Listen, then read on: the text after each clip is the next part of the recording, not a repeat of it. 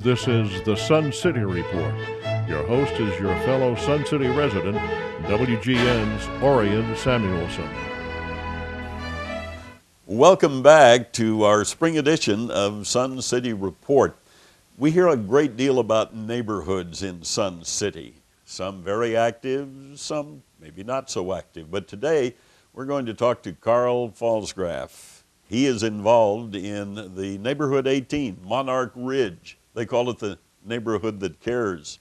Carl, you were telling me before the cameras rolled, you have a very busy group. How many homes, how many people? There's about 125 homes, about 230 people, some single occupancy. And how old is the neighborhood? About 7 years old. Okay. And I'm a newbie, by the way. I was going to say, and how long have you lived in the neighborhood? About 2.5 years.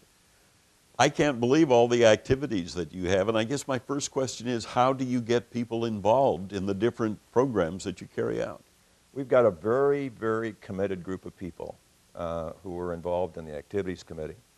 And this committee meets once to twice a month, and they review recommendations from the heads of subcommittees who are involved in developing neighborhood watch programs or other programs that can get the community involved.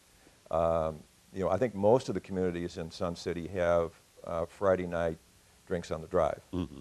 We took that one step further, and we have drinks in the garage in the wintertime because there's a number of families who have heated garage. So we turned it into a potluck.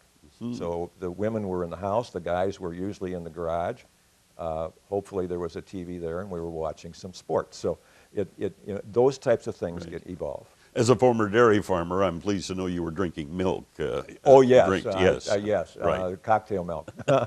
We don't have enough time to cover everything you do, but quickly take me through some of the very active programs. Well, I think I would be very remiss in not commenting on the prayer group in the facility in our neighborhood. When we have people who are ailing or family members who are ailing, they contact an individual within, and they go out to about 30 families, and prayers are said for these people to recover. Also, if we have shut-ins or we have ailing people, we deliver meals to their homes. And this is, again, based on this activities committee, but also a committed group of people to get it done. Also, neighbors helping neighbors. There's a number of retired people within the facility, within our community, with handyman experts. So we've got electricians, we've got carpenters, we've got welders, we've got plumbers, and if people have a problem with their home, we'll help them out. And socially, you talked about drinks on the drive, but yes. Socially, what do you do? Well, there's a travel group, and last year we went to Branson, Missouri. This year they're going to Ireland. We went to Washington, D.C. last year. We'll be going on a trip around Lake Michigan and into Canada this year. They've been to Alaska. They've had cruises. There's a number of other things. And this is all put together within the neighborhood. We have a softball team, and it's very well attended by the neighborhoods. And afterwards, we go to Culver's, and we have ice cream, or we go and have pizza. There's a bocce group, and we have 8 tournaments a year. We developed a program to communicate to the community all the events that are going to be taking place. We developed a program called News You Can Use. So about every week we put a bulletin out to the neighborhoods, those that have emails. And right now I think out of the 125 homes, we're delivering that to 95, maybe 100 homes. And so they're all involved. They understand what's going on. But we also send bulletins from the police department, from the CAM desk, or whatever else, so that they also know what's going on in Sun City. I wish we had more time, but we're out of time. But what an outstanding neighborhood. You'll have people wanting to move in because of what you're doing, Carl. After this, we will. Okay. Thank you so much for sharing with us Community 18, the Monarch Ridge, the neighborhood that cares. We've been talking to Carl Falsgraf, and we'll take you to another community. Stand by.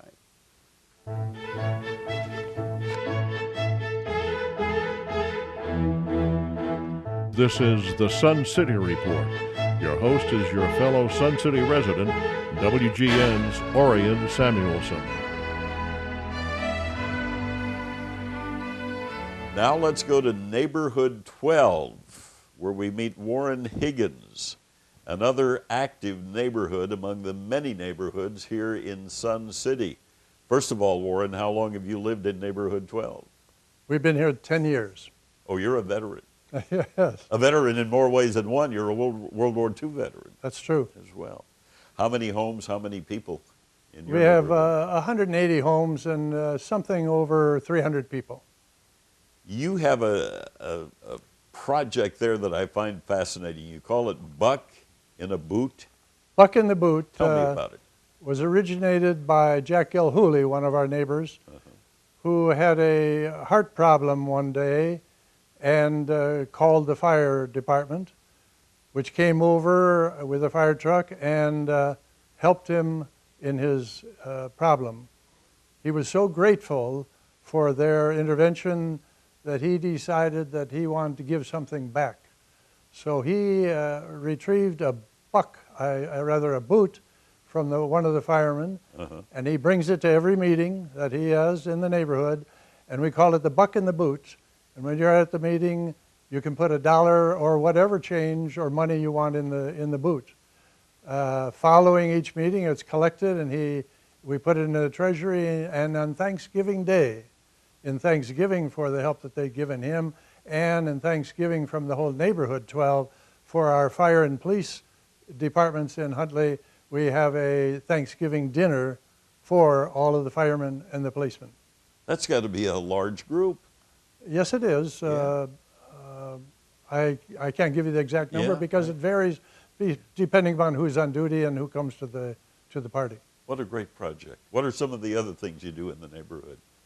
Well, we have our newsletter every month that we put into the Lifestyle magazine, and it is a newsletter really for our neighbors. We bring all of them up to date. Fortunately, one of our neighbors, Jim Henley, is on the CAM board so that he can give us at our quarterly meetings an update on what the board of directors has done and is planning on doing, and we can get the inside dope from Jim himself. We go to church with Jim. He's a good guy, so yes, he is. We tend to see him every Sunday. How often do you get together as a group? We have a quarterly meeting. Happens this year, every the fourth of the quarterly meetings, but we also have other potluck dinners, Tuesdays, luncheons and breakfast on Tuesdays, with the women of the neighborhood getting together for a get-together and chat. We enjoy the fellowship in our neighborhood is genuine and sincere. To remind each of us and all, we have a phone tree, which is instituted so that every member of the neighborhood gets a phone call before an important meeting or before an important event in the neighborhood. So you really do keep track of each other. We help each other, and as the other neighborhood mentioned earlier, we also are neighbors on neighbors and help one another with any illness. We have cards and visitations to all of our neighbors and friends. That's all what makes Sun City such a great place to live. You've been here 10 years. I'm sure you've enjoyed it. We feel that it is the epitome of retirement. Yes. Well, continue to enjoy. I'm going to end by what it says on your card. I have 6 honest serving men. They taught me all I know. Their names are why, when, where, what, who, and how. I like that, Warren. Thank you for sharing it with me. You're welcome. Visit with Warren Higgins, Neighborhood 12 here in Sun City. We'll be back with more as we introduce you to some charter clubs when we continue our spring edition of Sun City Report. This has been the Sun City Report. Your host has been WGN's Orion Samuelson.